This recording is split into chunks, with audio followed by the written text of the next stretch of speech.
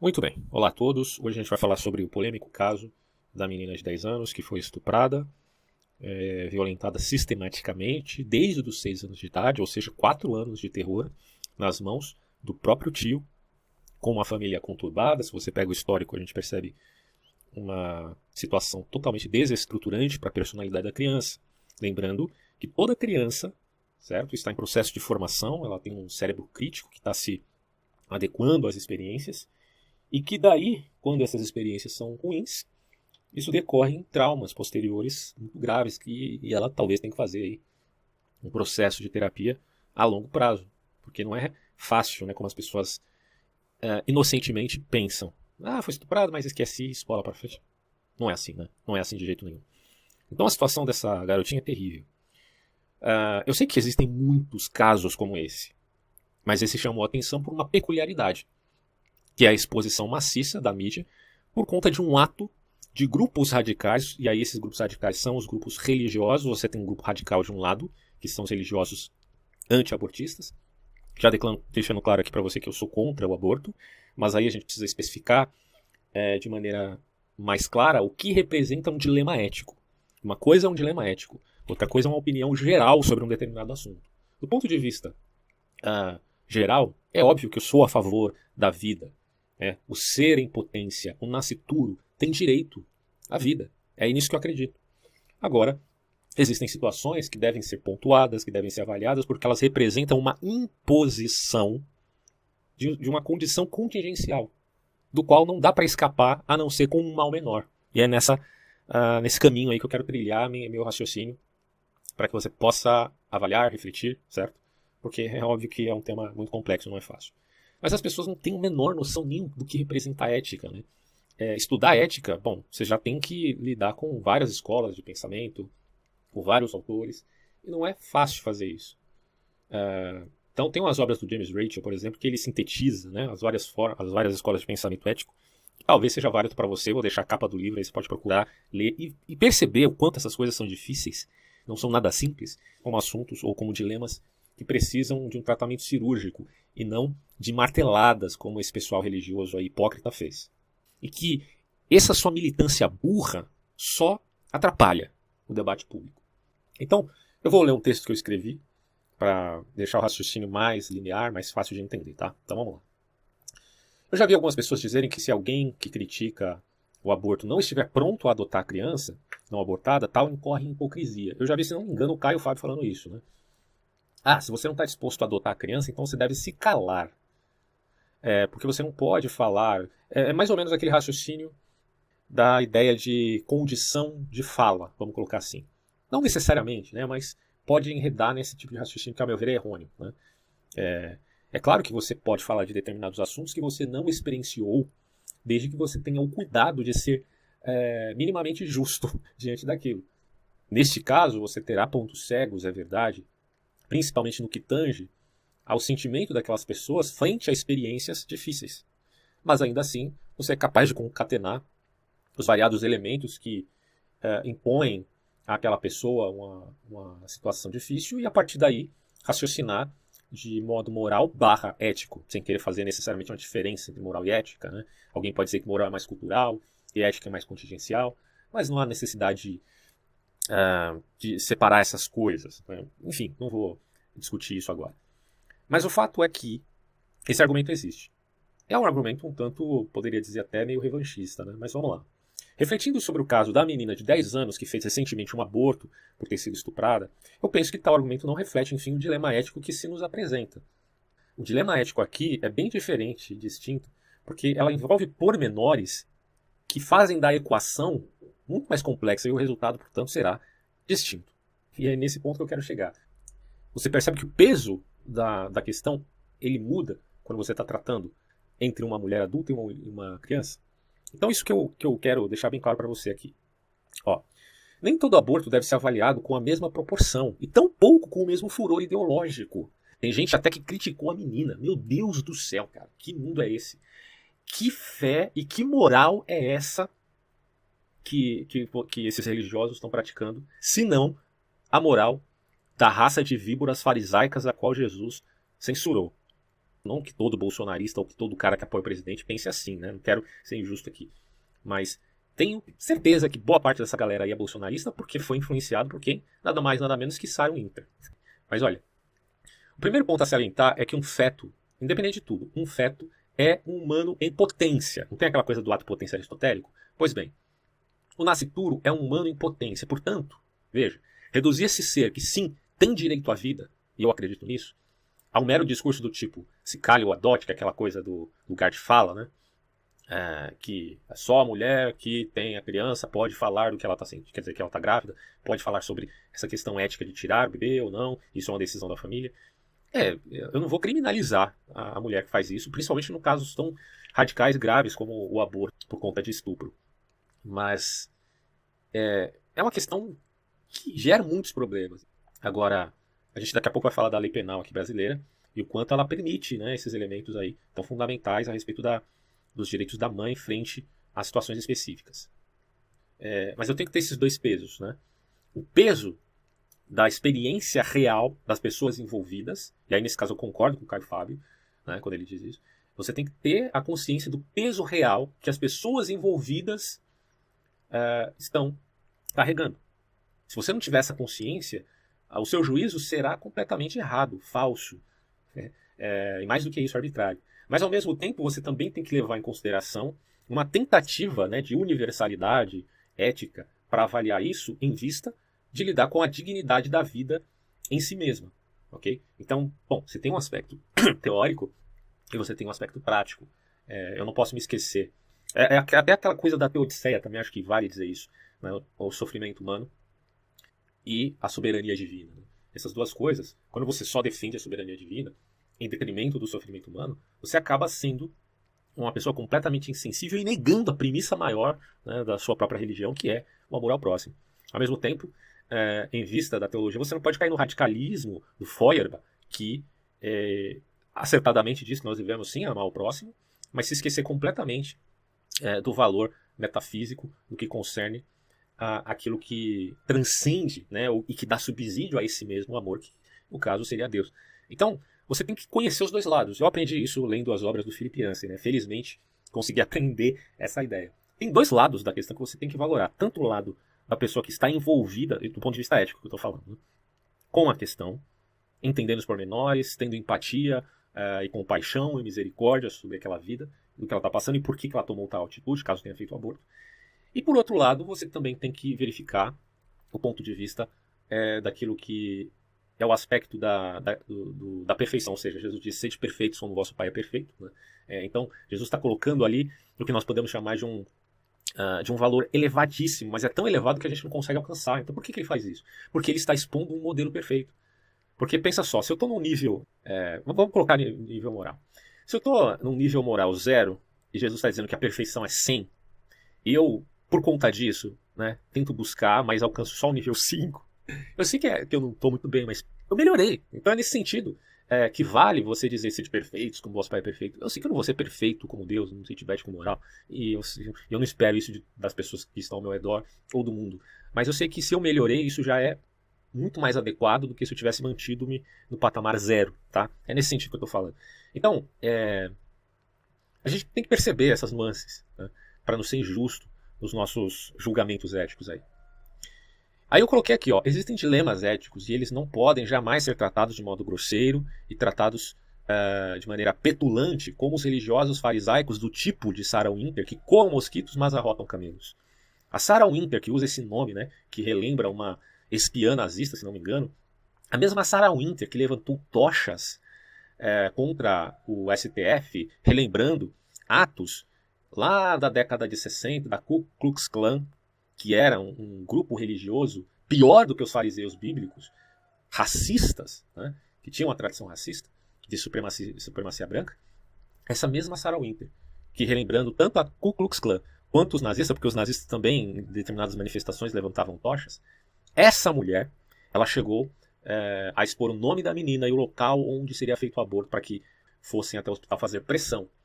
Então, esse pessoal está tentando tratar uma coisa que deve ser tratada de modo cirúrgico. Você imagina um médico fazendo uma operação, o quanto ele tem que ter técnica, horas de estudo, horas de treinamento para fazer aquilo de modo adequado, porque ele não quer colocar o risco de vida naquele paciente. E essas pessoas aqui, elas são aquele tipo que dá pinga pro cara tomar, pega um facão e tenta fazer a cirurgia. Não tem a menor noção do que representou o contexto em que vive aquela menina e todo o processo ali traumático em que ela viveu.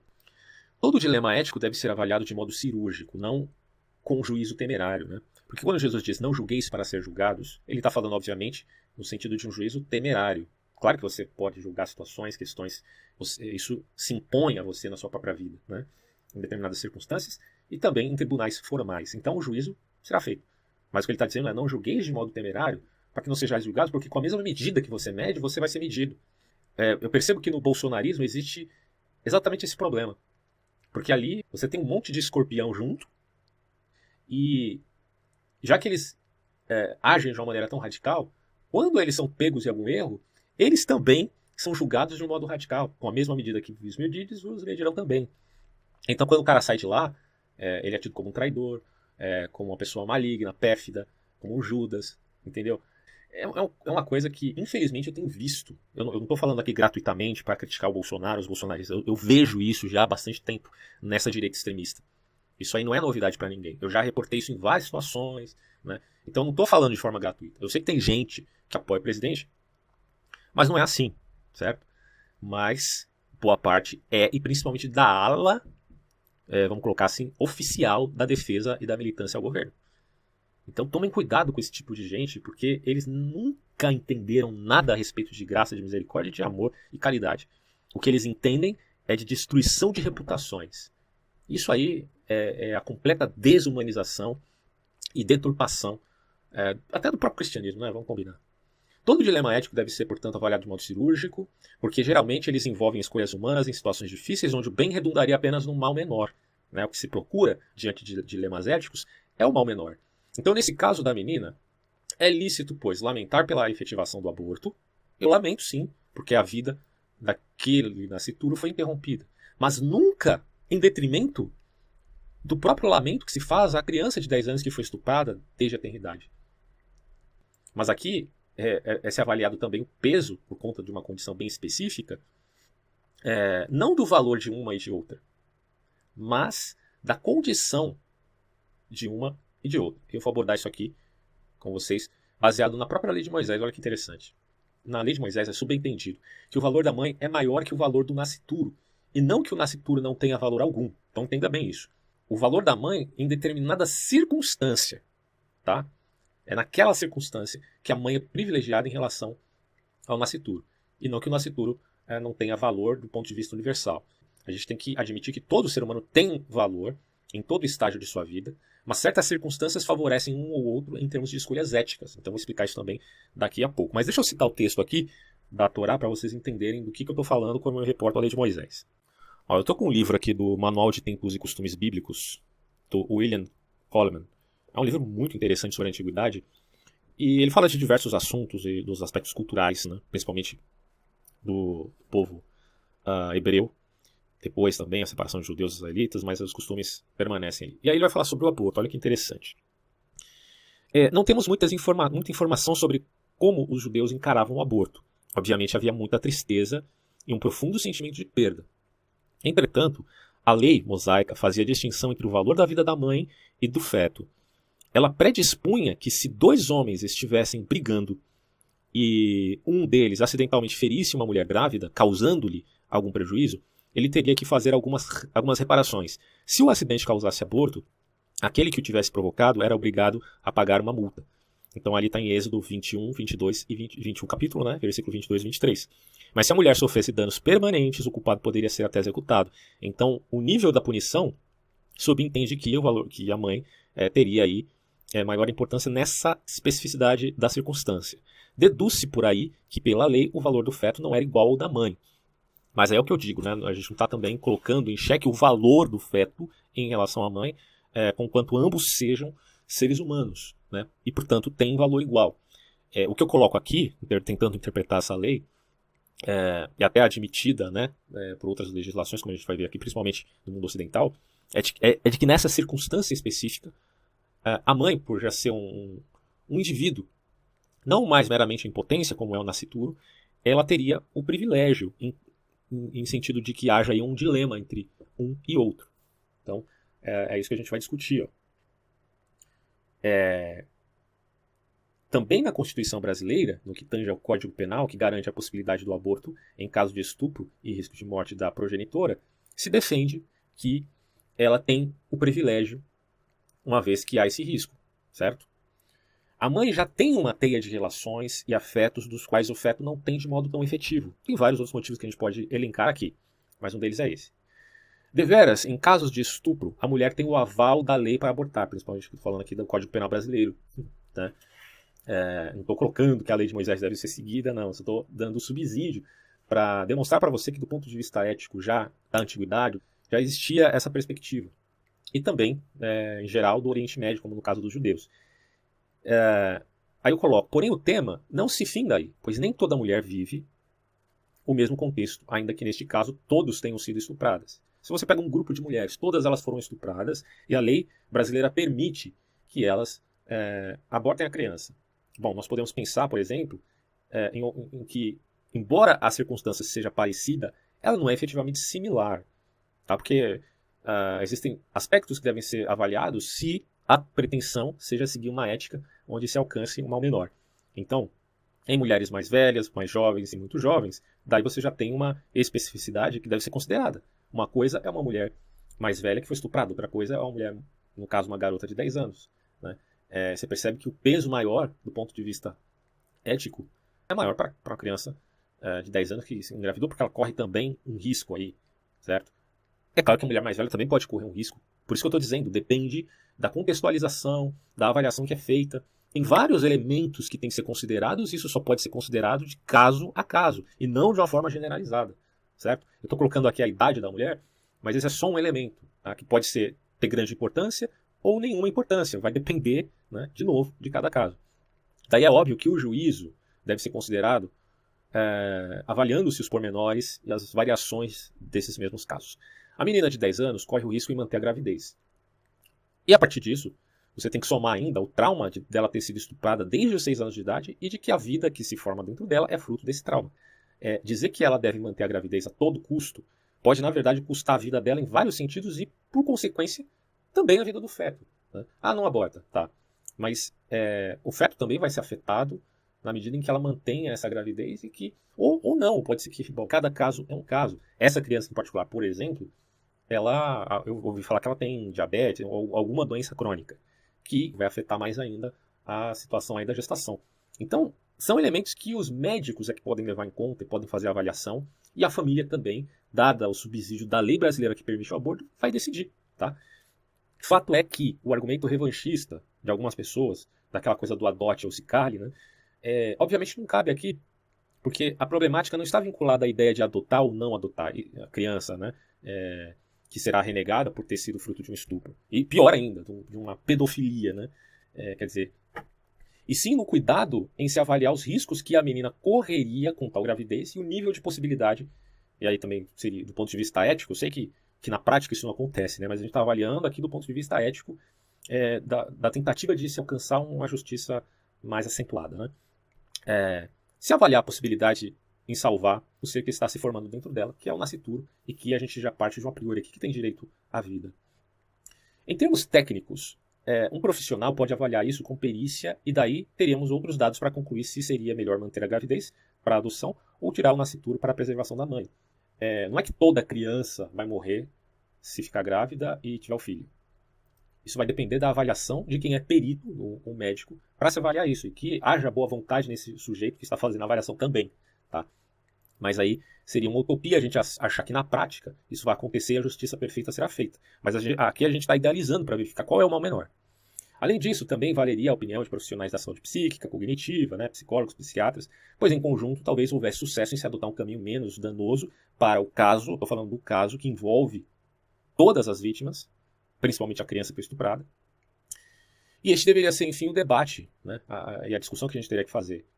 Qual seria o mal menor diante dessa tragédia? Lembremos que o mal é não refletir, mas apenas admitir opiniões engessadas. Como a Hannah Arendt fala, o mal banal é exatamente o mal que não consegue refletir e é um hábito ao ponto de cometer crimes hediondos. E aí é sem perceber como era o mecanismo totalitarista aí, dos nazistas e stalinistas.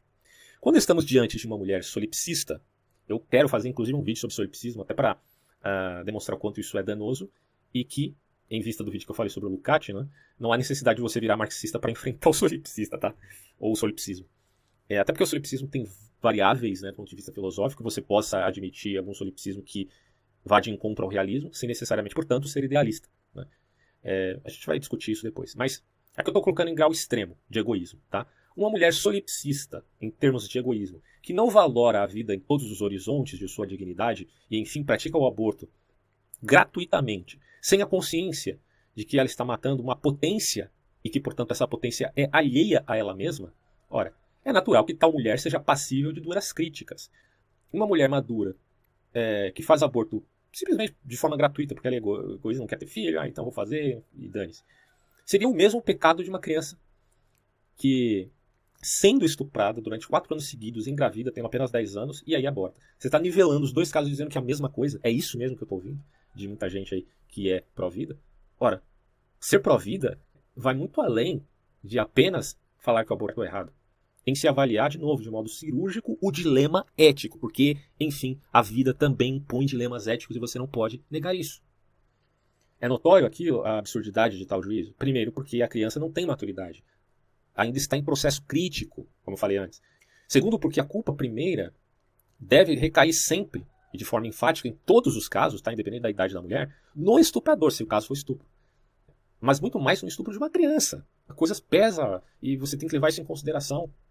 Aliás, um pequeno adendo que eu faço aqui é que, em vista de escapar, né, da ética utilitarista, onde o indivíduo pode ser sacrificado pelo bem maior, estou aqui a admitir que todo ser humano tem igual valor em termos de dignidade. Tá? Em termos de dignidade, todos têm o mesmo valor, potência ou em ato.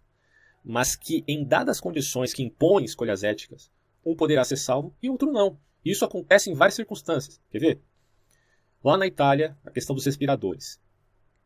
Frente ao vírus, a questão da pandemia do coronavírus, foi adotada a postura de privilegiar os mais jovens em relação aos mais velhos. Certo? Vocês lembram desse caso, até o padre tirando o respirador, dando a pessoa jovem de bom grado, né, se sacrificando literalmente, mas aí ele fez isso por conta própria, demonstrando o verdadeiro amor cristão de um sacerdote, e isso estará nos anais, né, da eternidade. Mas do ponto de vista ético foi admitido isso, certo ou não, se a gente pode avaliar isso aí, é que os jovens tinham privilégios. Mas não porque eles têm mais valor, e sim porque, do contrário, a vida ali seria mais curta, né? O que é inverso, inclusive, ao caso que a gente está detalhando aqui, onde quem teve a vida mais curta foi o nascituro. Mas aí por quê? Pela imposição das condições que a gente está trazendo à baila e tentando raciocinar em vista de trazer uma razão mais justa. Porque o feto, combinemos, né, aqui, ele não tem ainda a formação, embora já esteja nesse processo. Então, nesse caso, entre potência e ato, se valorará aquele já formado, no caso em ato, e, portanto, se há risco de vida, como nesse exemplo, a criança de 10 anos. E, por fim, eu devo dizer que quando falamos de justiça, isso não implica que estejamos falando também de misericórdia, compaixão e graça, porque muita gente quer fazer justiça por um sentimento de vingança, seja ele justo ou não, porque a vingança também é um sentimento que não necessariamente é injusto. Só que quem faz vingança é um sistema já formal, estruturado na sociedade, que é o processo aí judicial.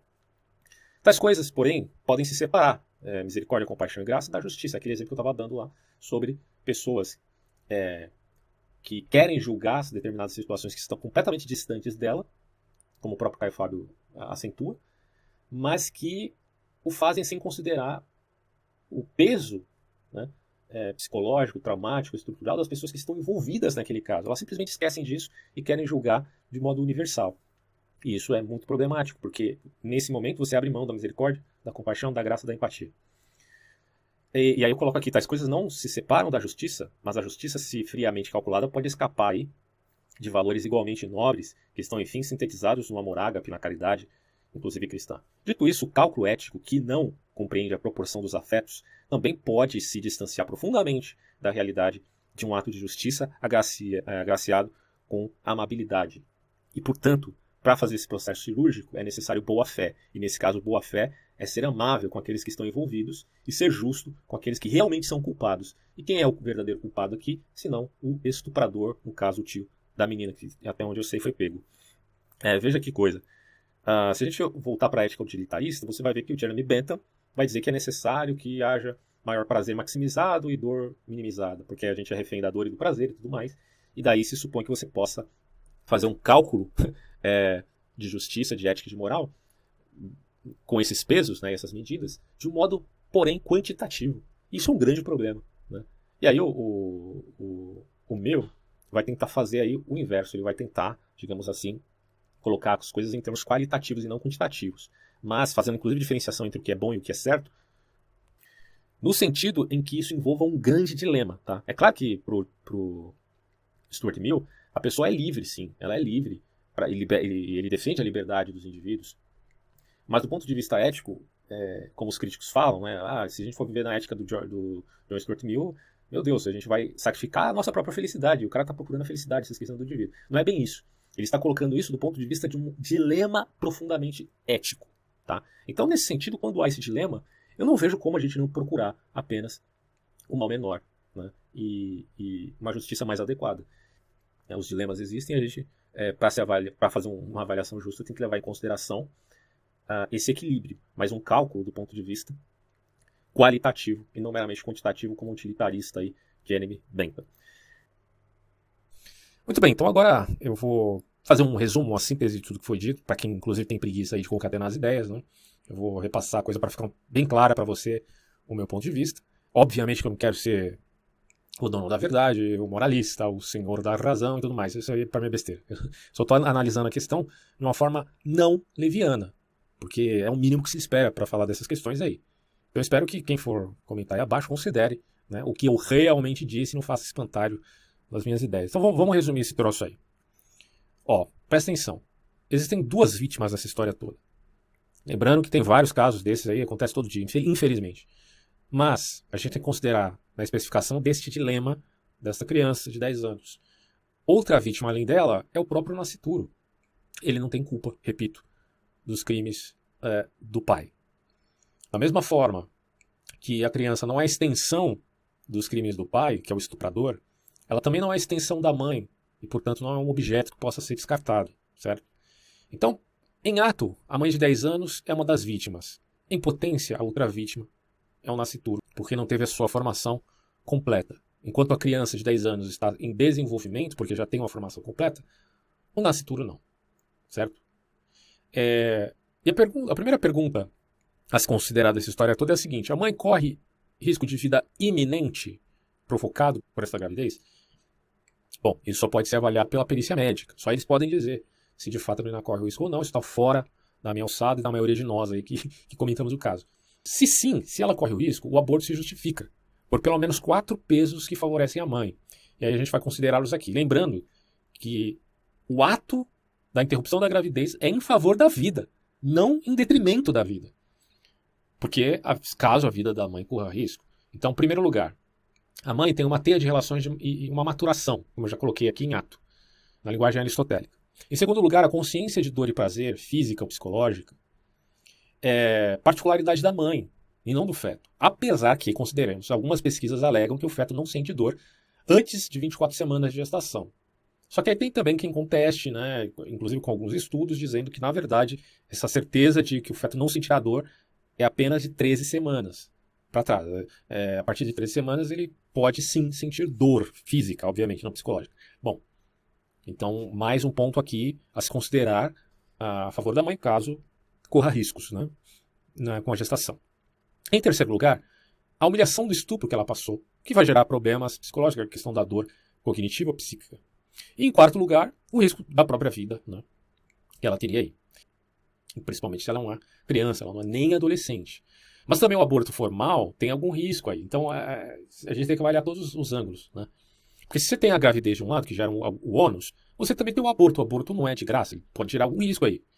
E daí cabe ao médico avaliar qual será o risco maior. De novo, é uma questão de perícia médica, é uma tecnicidade que eu não tenho alçada para opinar aqui.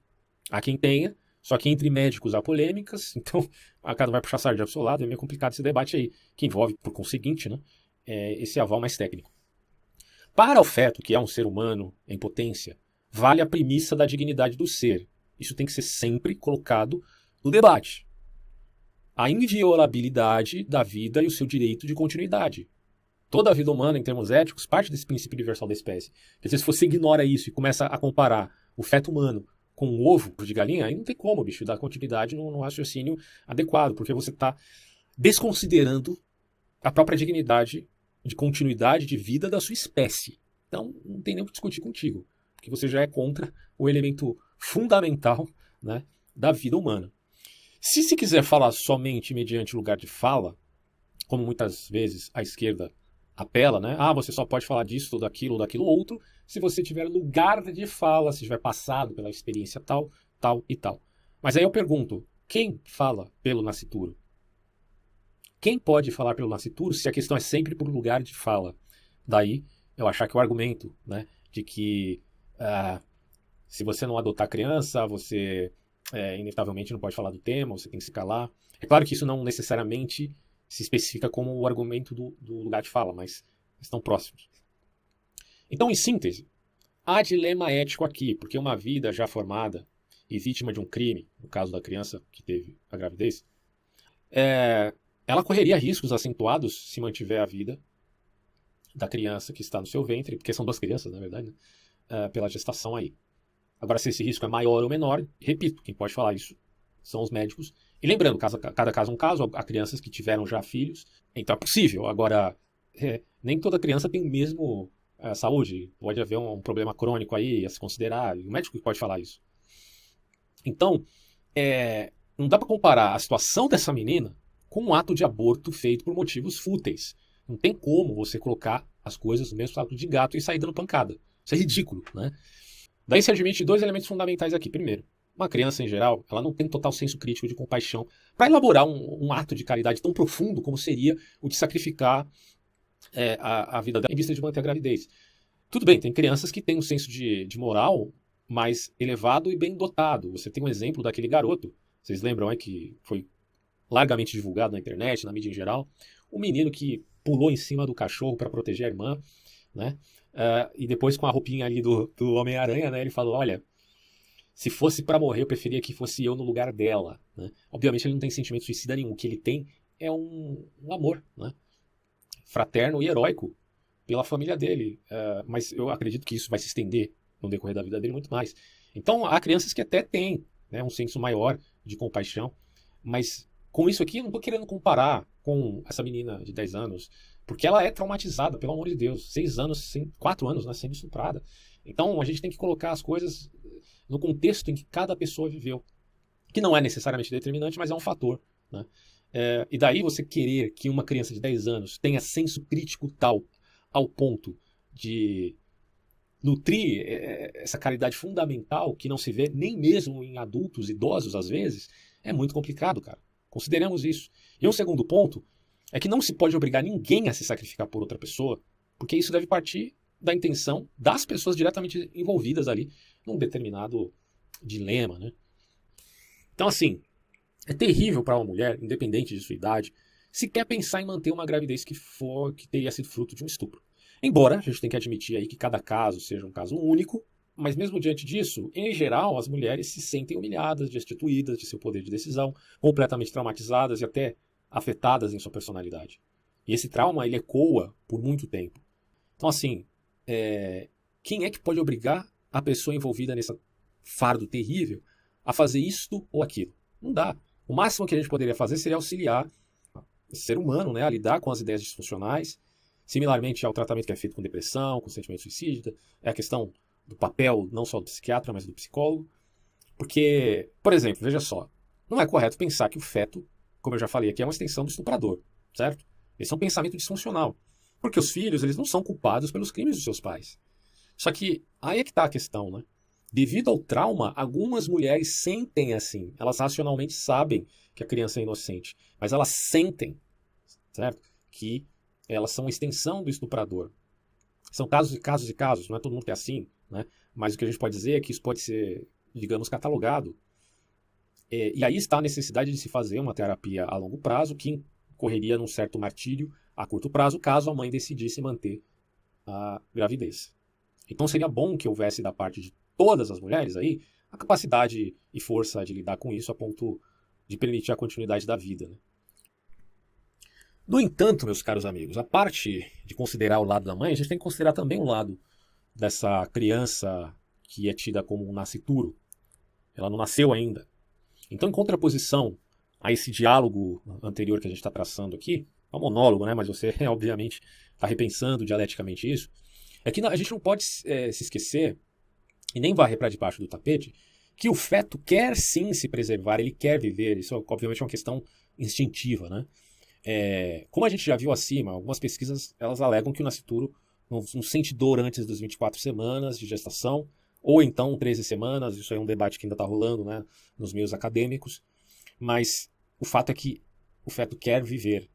Então, reconhecendo essa polêmica do quando o feto realmente sente dor ou não, qualquer pessoa consideraria prudente e ideal um aborto antes da 13ª semana. A lei, se não me engano, fala de 22 semanas, não sei ao certo como que é aí, as especificidades da lei brasileira. Mas é complicado fazer depois disso, porque você corre o risco de, além de tirar o feto, provocar dor, né, o que seria uma tortura, né, com aquele ser.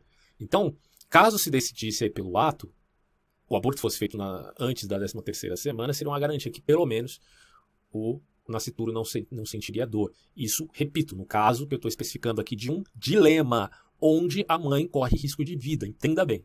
Então, de qualquer modo, achar que o aborto é um ato amoral e que não envolve angústia e tristeza é uma mentira completa. É uma questão que envolve ética, sim, certo? E moral. Pode ser moral, pode ser amoral, dependendo do contexto de cada caso, como está sendo especificado aqui. Por isso, o dilema implica, infelizmente, numa tragédia que foi, enfim, provocada, né, pelo próprio estuprador e, portanto, o maior culpado dessa história toda.